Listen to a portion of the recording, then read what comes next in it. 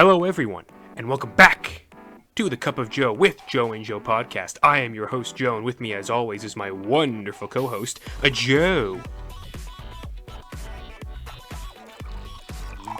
Oh, it's wine night, baby. Oh, that's what that We was. have a beautiful Sauvignon Blanc from Marlborough, New Zealand.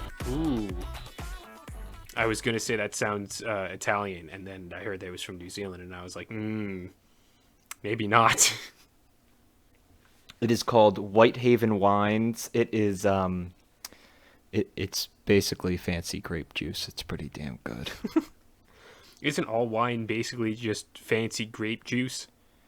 But only some of them actually like this. You taste. You basically just drinking grape juice. But then after a couple of drinks of the grape juice, you're like, wow, I feel kind of funny. I feel a little bit tipsy. Quite, I don't know if thematically relevant is exactly what I'd say, but like aesthetically relevant. A little bit. Yeah, quite aesthetically relevant to what we're going to be talking about today. Hearing you pour the wine in the background. I didn't pour enough.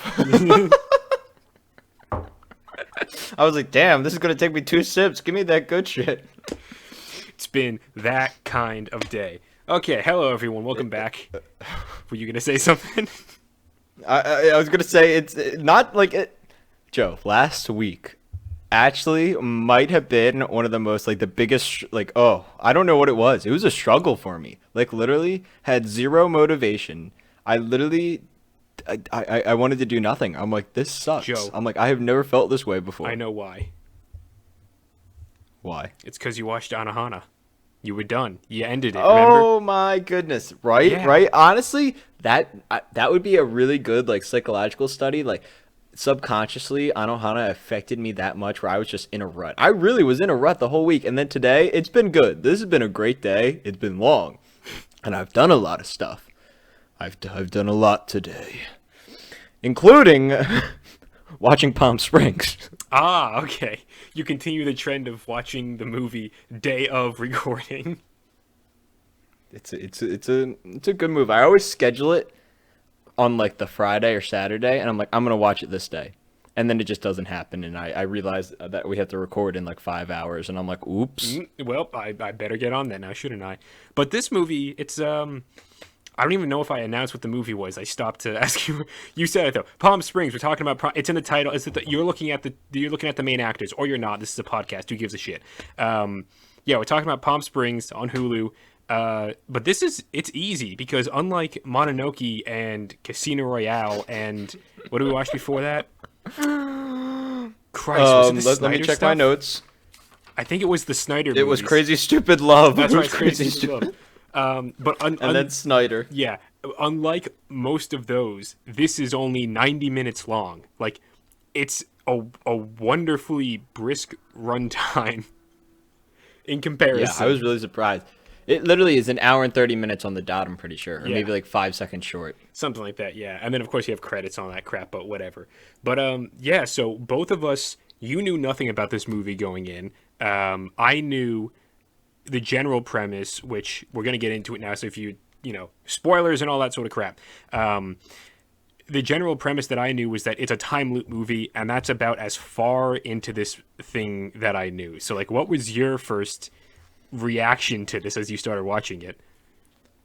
Well, let me give you the rundown real quick, Oh, Joe. yes. It's my job. The traditional, the age-old rundown. Start the timer, Joe. starting it. I got my stretching in. Okay. And all right, we're going. So, Andy Samberg cannot ejaculate. No matter what he does, he can't do it. He's really trying, and instead he has to jerk off to his girlfriend saying, "Oh shit, oh shit, my grandma's a ring," and he's just like, "Yep, this is what I live for."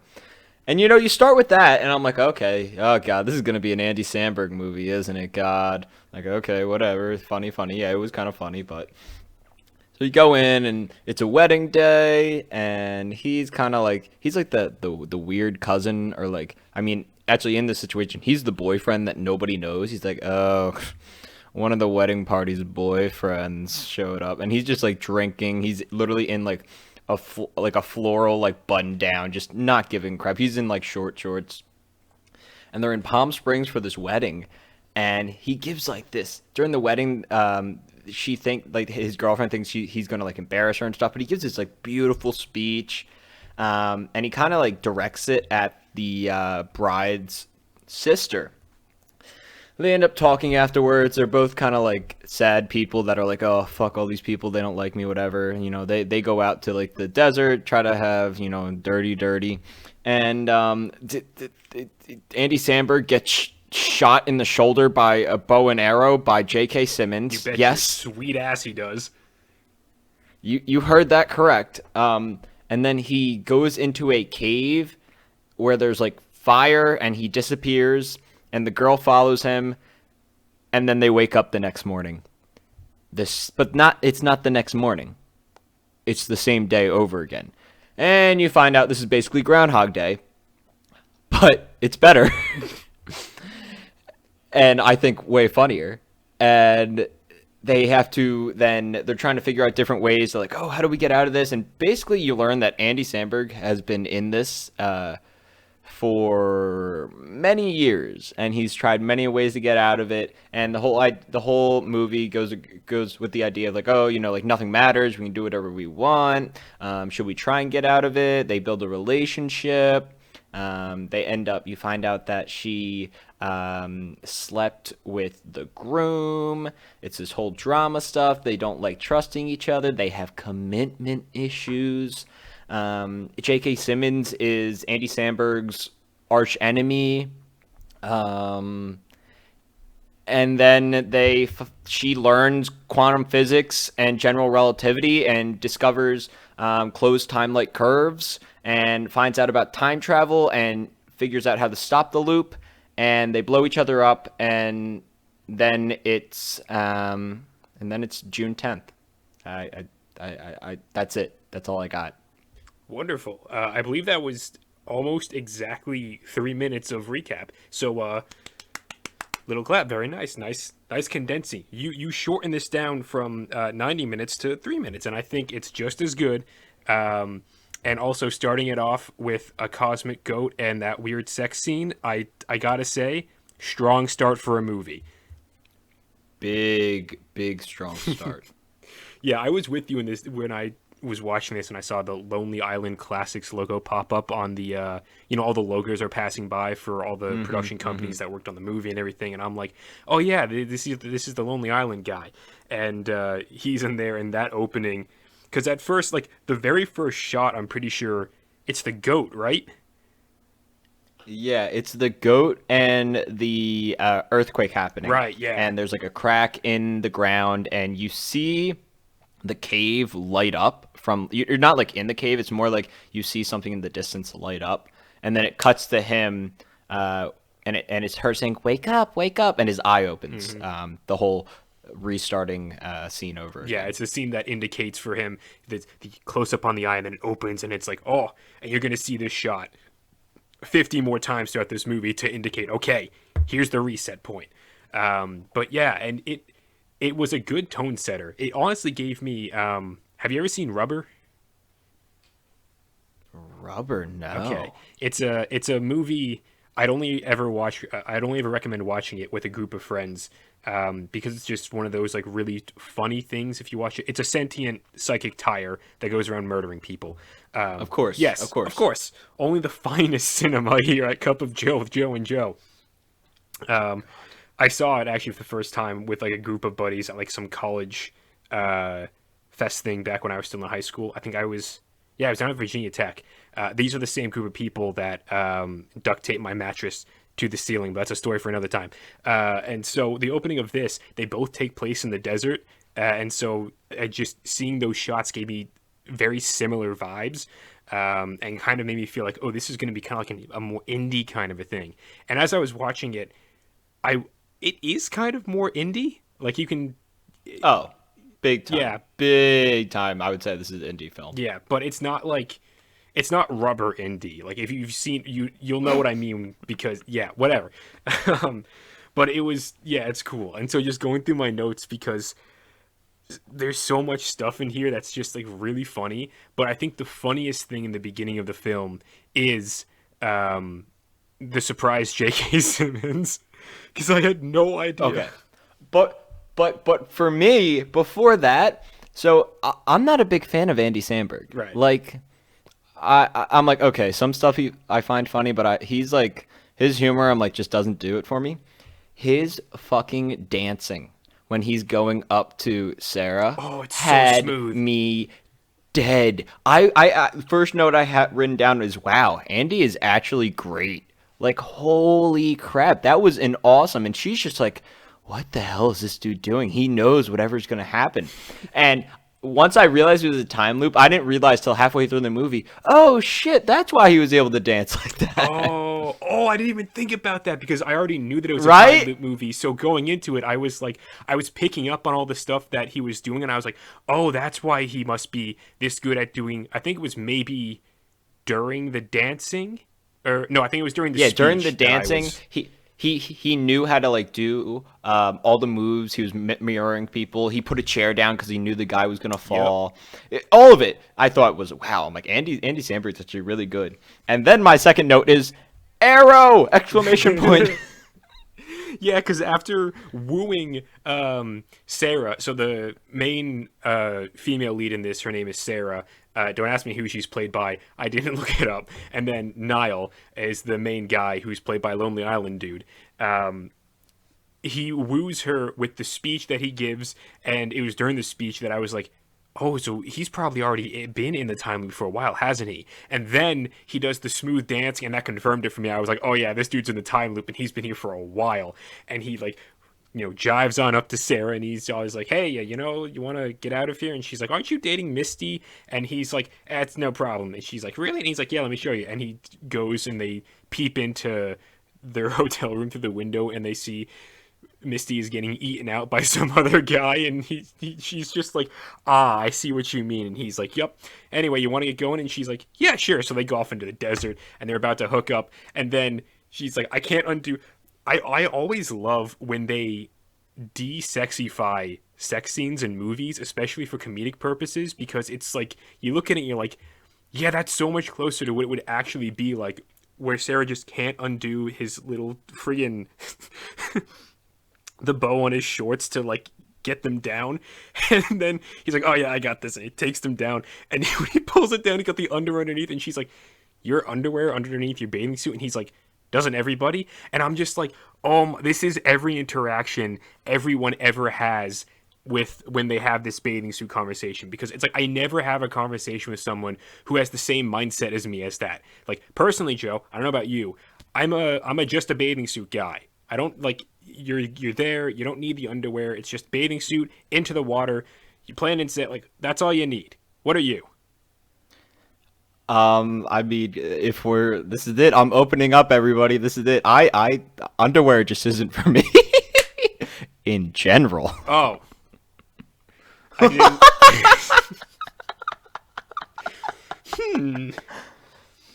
So I mean, look, like Joe, like it's winter time, it's fall, and I got a pair of jeans on, underwear's on, like that's Right, happening. of course. But We're not like monsters here. you know my short shorts, my summertime short shorts that I live in. No underwear goes. Once the warm weather hits, You go I don't touch commando my with the underwear. short shorts.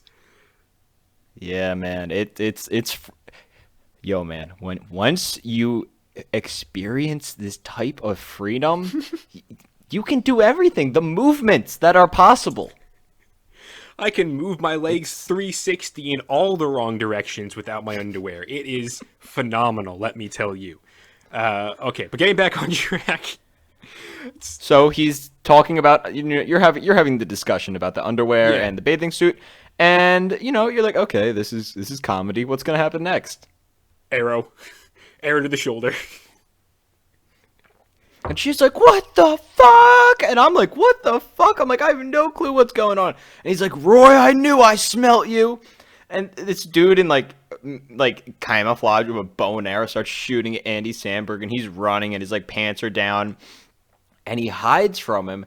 And I'm like, where the fuck is this movie going? So because keep in mind, Joe, I knew nothing. I looked up nothing about this movie. Hmm. I just was like, oh, Andy Samberg movie. Okay, interesting. And so it happens where he goes into the cave and he's like, "Don't follow me, don't follow me." And at first I'm like, "What the fuck?" I'm like, "Is this?" I'm like, I really didn't know where it was going. I'm like, "Is there like, is he like an alien?" I'm like that was my first thought. And then when she wakes up the next day, because Sarah went in there as well, following him. First note I write down is Groundhog Day. The realization is like, oh yeah, now it's Groundhog Day. Real quick personal note. I've never seen Groundhog Day, but I know the premise, so I feel like that's good enough. No one murder me, please. I'll get to it someday.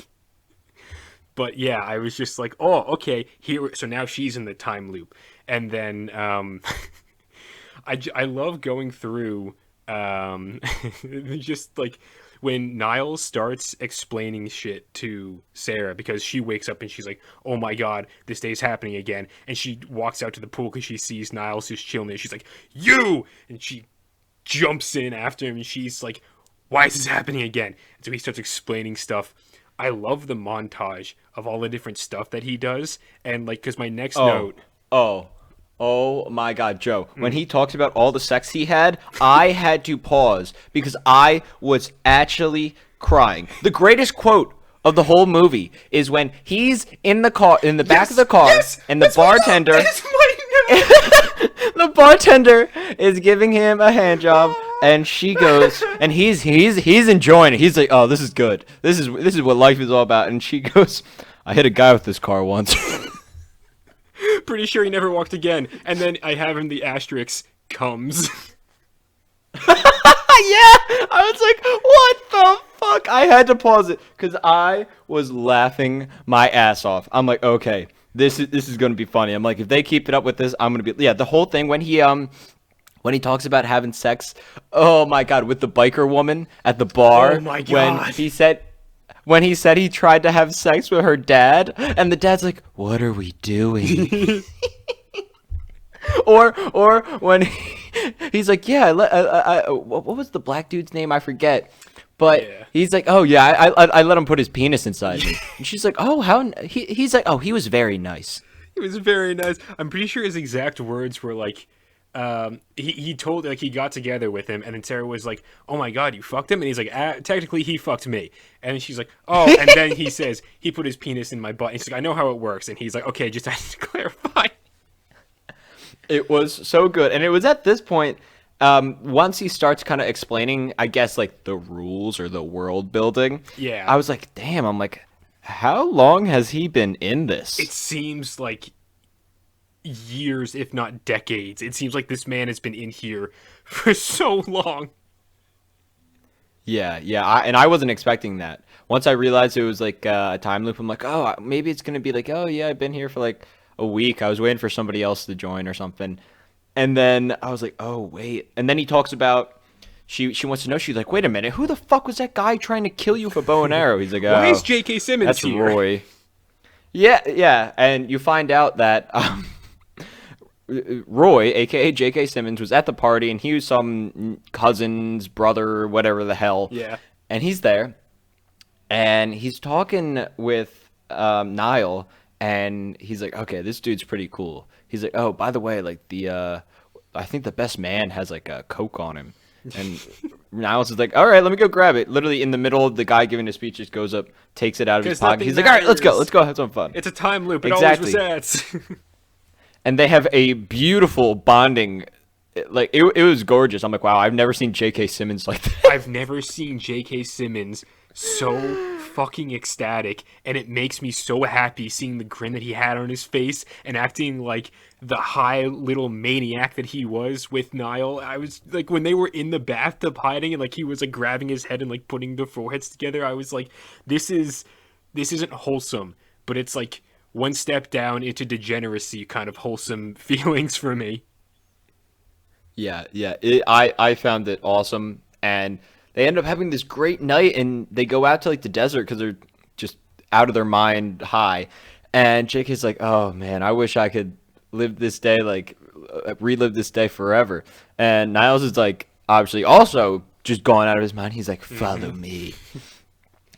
And by the time he realizes, like, oh shit, like I made a mistake, JK, you don't, I'm just gonna call him JK. JK, you don't want to go into this. Roy has already joined the time loop, and now Roy's a little mad about it, and he he takes it out on Niall by chasing after him and torturing him. Because pain is real. Yes. Everybody, pain is real. Pain is real, both physical and emotional, as we will soon get into, because now that Sarah is a part of this, Niles has someone who isn't necessarily always trying to kill him. So he's just sort of like, all right. And over the course of, I don't know, maybe the first couple of loops, Sarah's kind of trying to do her own thing, but she quickly realizes she's like, I can't get out of this. And so she kind of just joins back up with Niles, and they have, like, after the funny montage of like what Niles has done, and then some, like, you know, movie and plot in the middle, then you get into a time loop montage of what Sarah and Niles are doing. And some of this stuff is also quite hilarious. In particular, I love the part where they go into the dive bar, or the biker bar, and they are both dressed in the same outfits with denim jackets and red headbands, and they have a whole dance routine, and they just get in there and they're just dancing it up, and then they just leave, and I'm like, oh my god, that was so funny. And then also the other, because like it's funny as well, like I keep saying it, it's funny, it's a funny movie, but along with the humor, they also have these little elements of like just some real nice wholesome stuff, because you can see Niles, who's been here and alone all this time, is quite cynical, and has the philosophy of nothing really matters, you can do whatever you want, and then it just resets. So, you know, he's the horrible person. That's that standard kind of time loop trope. But then as he lives his life in this loop with Sarah, and she does, you know, fun things with him, and like they go driving around in cars. She sets up like this whole birthday thing for him, like his millionth day or birthday, whatever the heck she calls it, on like the banner at the same biker bar. And so you just see over this montage, Niles starts to warm up to both living and Sarah, and it's just really nice to see something like that happen to this character who's become so jaded through this time shenanigan bullshit. Yeah, exactly. And one of the best things is like, so you actually don't find out too much about their background for either of them. Nah. With Sarah, you find out that she's kind of like the black sheep of the family, kind of just doing whatever the fuck she wants. She's basically the female equivalent of Niall. And at one point, she thinks she can break like the loop by, you know, being really wholesome and just being honest and living life for good. And so she tells her sister, who's the bride, something in the wedding, and the bride starts crying and she runs off, and it doesn't work, and they kind of leave it at that. But you're thinking, like, what the hell did she tell her? And eventually she asked Niall, like, oh, did we ever sleep together? And Niall's like, nah, we never slept together. And one night when they're out in the desert, they see dinosaurs. Oh my god. Which I'm not even, I don't know what to say. I was like, at this point in the movie, I'm like, makes sense. Joe, there is And- only one thing to say. Stegosaurus, baby. Yeah, that makes sense. That tracks. So there's dinosaurs. Moving on. Yes. And they decide to have sex in this little tent. And you're like, oh, so, how sweet. They didn't just like fuck the fuck. They're kind of like, you know, Yeah, I think you know, Sarah's very loving much, each other. Sarah's just like, all right, you want to just get it over with, because it's like, it's the thing where it's like, will they, won't they, you know, that sort of a thing. And she's like, let's just do it and get it over with. And they do. And it was beautiful. It was really sweet. But things get a little topsy-turvy because she's kind of asking, she wants to get to know Niles a little bit more, of like what he was like before this. And he gives the argument that like it really doesn't matter, it just matters what you're like now. And so basically he doesn't want to share anything about his past. She ends up sharing stuff about her past, where you find out that she's like the black sheep, like I said earlier, that she had a husband that she was married to for 2 years, and overall she's just not very happy.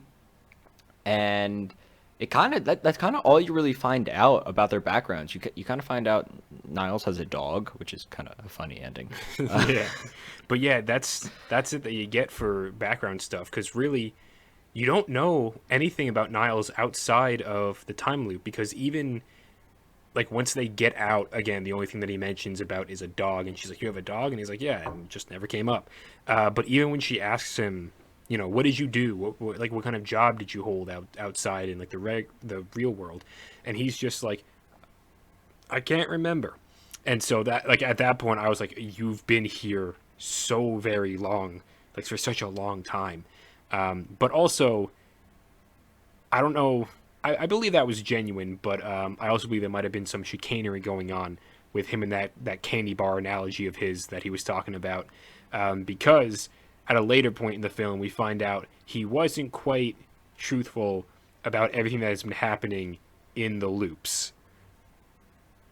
Yeah. So after the night that they slept together, they each wake up in their respective restart points.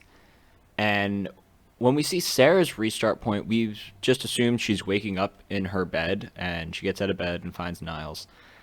But we finally find out that she actually woke up in the groom's bed. I forget his name. It's not important. Oh He's my not really a character. Okay.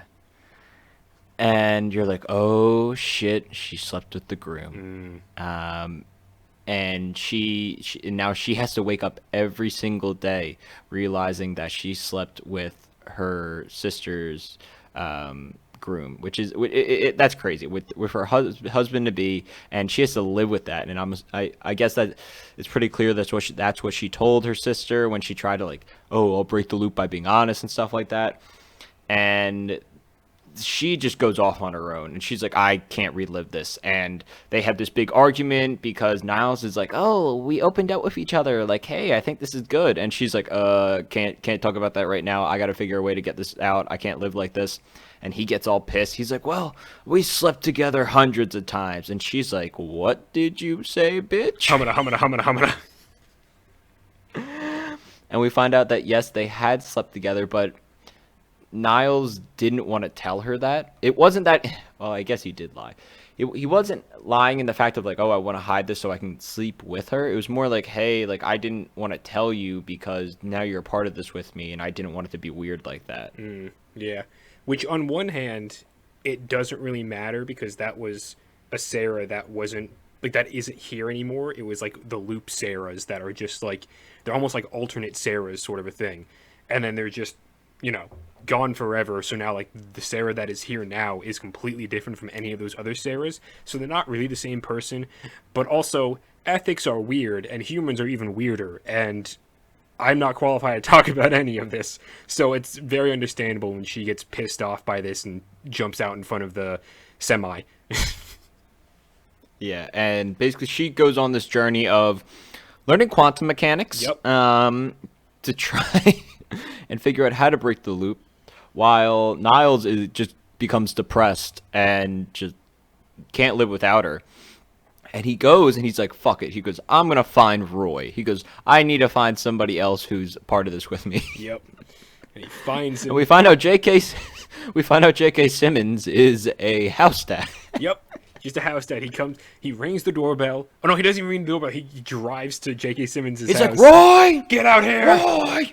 I challenge you to combat. He doesn't say that, but it's similar to that. And you see, like, when J.K. walks up, he's, like, in the friggin' grilling apron, and you're just like, oh. Yup. And so he lets Niles in, and he's just like, this is my wife who's just come out of the shower, and these are my 3 kids, who are all, like, below the age of 7.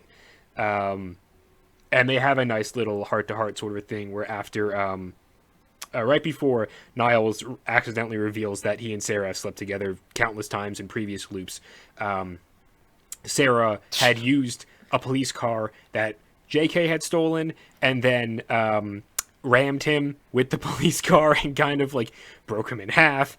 And so that wasn't very nice. And he felt a lot of pain, and he realized that he was causing a lot of pain also to Niles. And he's just like, all right, yeah, I realized what I was doing to you wasn't very productive and wasn't very nice. I was angry, but I realized that it's not the right path. And so now I just sit here and have my own, my personal heaven, which is Irvine. That's California, right? Irvine? Irvine, California. Irvine. That's where a friend of ours is from. Yes, that's right. I was thinking it was, and I was like, I'm not being an idiot, am I? No, I'm pretty sure that's the correct thing. But so I love the line where he's just like, gotta find your own little Irvine. And Niles is just like, I don't know if I have one. And he's like, everyone has their own little Irvine. And I'm like, you're saying Irvine a lot, and this is making my brain feel weird.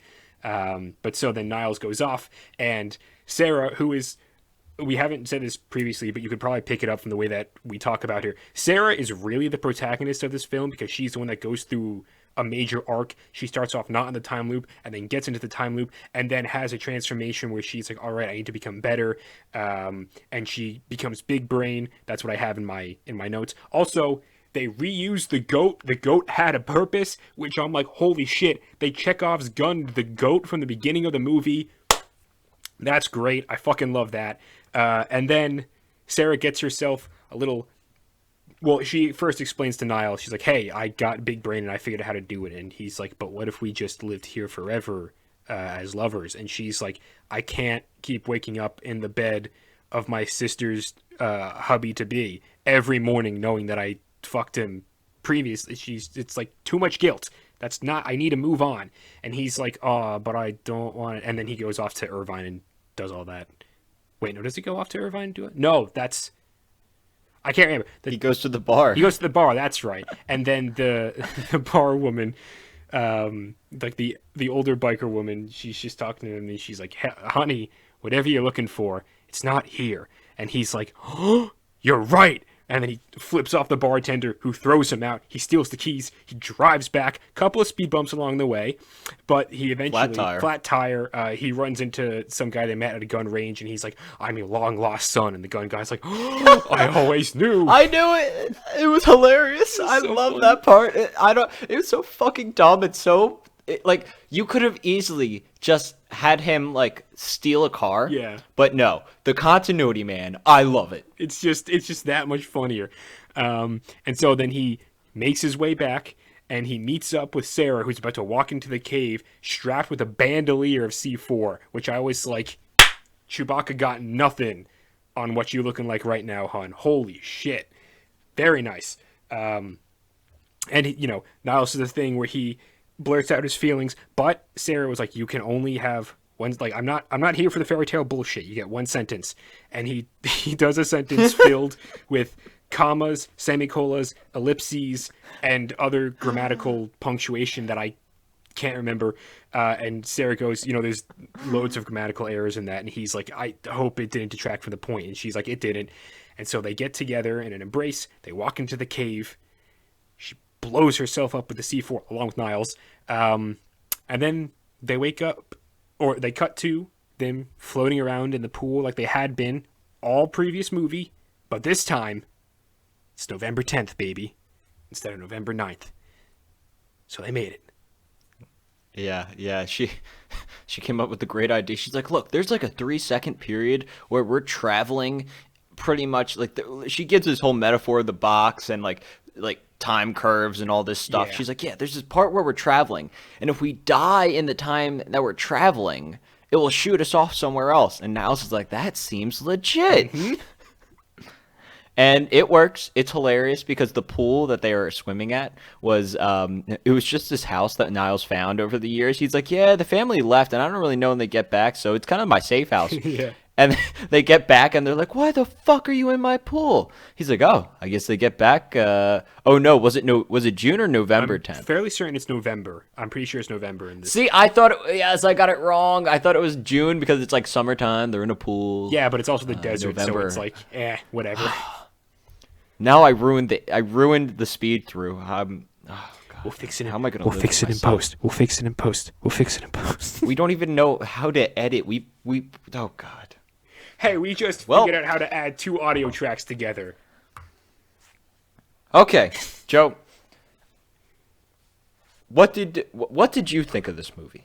I thought it was a pleasant little time loop romp. It's nothing that's like, a Citizen Kane or anything like that, or a Casino Royale, if you will. But I thought it was fun, and for the fact that it's like just 90 minutes long, it's like, okay, this is actually something that if you want to like just get through something and just have like a bit of fun with it and a nice little character arc, it's like, yeah, this will do just fine. Yeah, I loved it. I thought it was awesome. I'm like, I will be rewatching this with friends. Like, this is going to be one of those where like we can't figure out what movie to watch. I'm like, oh, throw on Palm Springs. It would be great to do. Holy crap! We should make a drinking game out of it, where it's like every reset you have to take a drink. Every something. We'll talk logistics later on, but I think this would be a really fun drinking game movie, especially with all the drinking. Oh, do we have anybody trained as an EMT? I know how to do CPR because of Boy Scouts. I'm gonna have my degree in biology. I mean, that's all you need. I can draw organs, maybe, if you give me some time. You can draw muscles pretty well. I can draw some muscles. Most of the time they're stylized and unrealistic, but I can tone it down every once in a while. Okay. Joe? Yeah. What would you give this movie out of 10? I think I'm going to give this movie a solid 7 out of 10. It's a nice, fun time. I give it a 7.5. Very nice.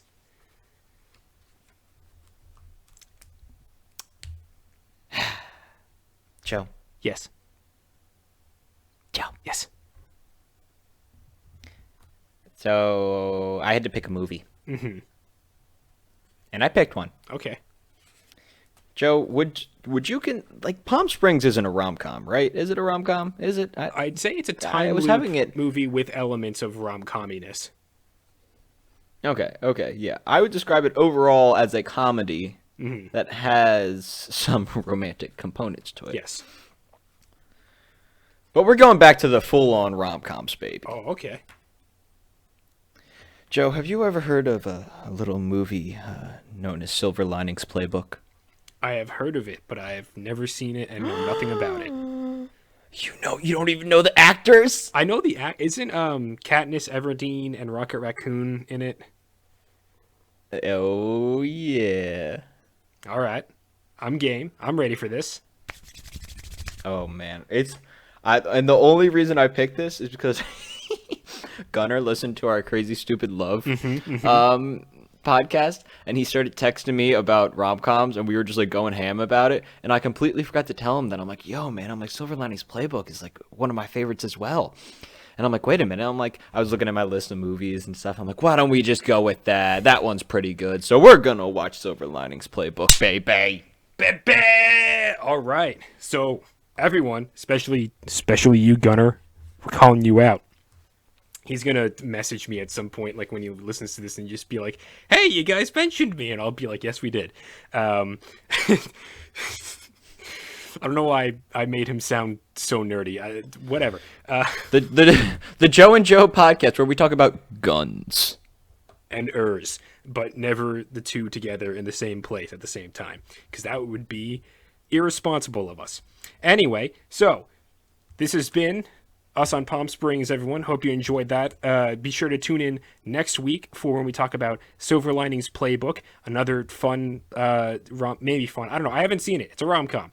It's kind of fun. It's good. It's a little sad at some point. I'd say it's kind of sad. I don't know. I'm not going to talk about it. Yeah, it's fine. It's fine. All right, so everyone, make sure to leave a comment. Leave a like, subscribe to the channel.